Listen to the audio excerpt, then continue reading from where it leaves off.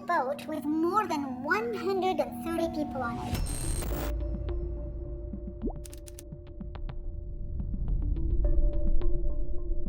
My name is Samira. I'm 32 years old and I come from Ivory Coast. I live there with my husband and my 3 kids.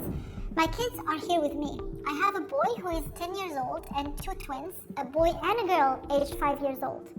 We lived in Abobo, a suburb of Abidjan, the capital of Ivory Coast. I used to sell children's clothes there. I started thinking about leaving when the community started to insist that my little girl should be subjected to female genital mutilation or FGM. My sister has 3 girls. The 3 of them had FGM and 1 girl died because of it. After the death of my niece, I was so scared. I did not want my girl to have it. FGM is still today the leading cause of death in girls and young women in Africa. This is an issue that women and their children have often no say in. Back to Samira. Then we started thinking about leaving. We decided that my husband should stay there in Ivory Coast so he could work and send money in case we could face any problems along the route. You need to have someone to help you in case you have problems along the route. I started collecting money. I sold all the children's clothes I had and saved money. I left with a lot of money on me. I thought it could help protecting my children.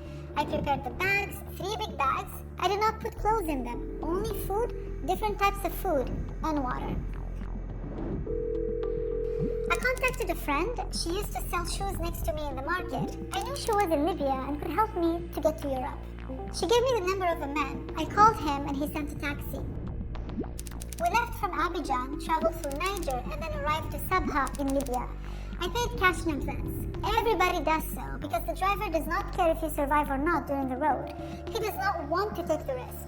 He wants his money in advance so that if something happens, he does not lose anything. So far, we have a woman who is in a vulnerable situation. The life of her daughter is threatened. We have another contact of hers, a lady that is already in Libya, a man who knows who to contact, and a driver. Note here that the driver is the smuggler. His job is to take her from Abidjan to Sabha. Once in Sabha, we were brought to a camp and there they organized the first sea crossing. We left on an inflatable boat with more than 130 people on it. It was a very bad boat. We were too many people. The sea crossing failed and after 2 days at sea, we were stopped by the Libyan Coast Guard. We got arrested and brought to a prison. It was really bad. There was the war outside. One day, a bomb hit the prison, so we escaped. We spent 3 days on the road. And after 3 days, we met an Arab or Libyan man who was working in a garden. He saw that we were not wearing any shoes, so he stopped us and he offered us help.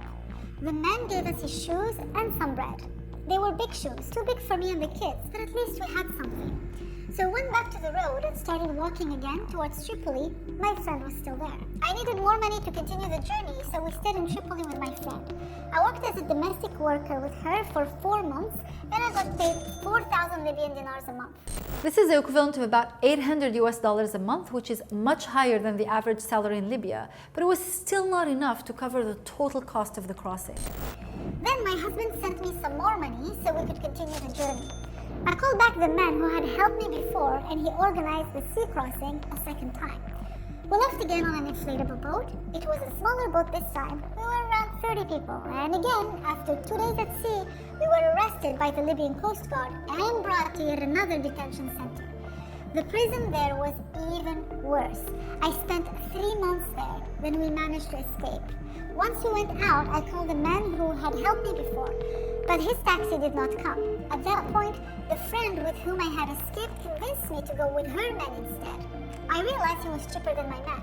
This last man was honest. We paid him and left shortly after on a boat. We spent so much time at sea before we got rescued. It was 3 days at least.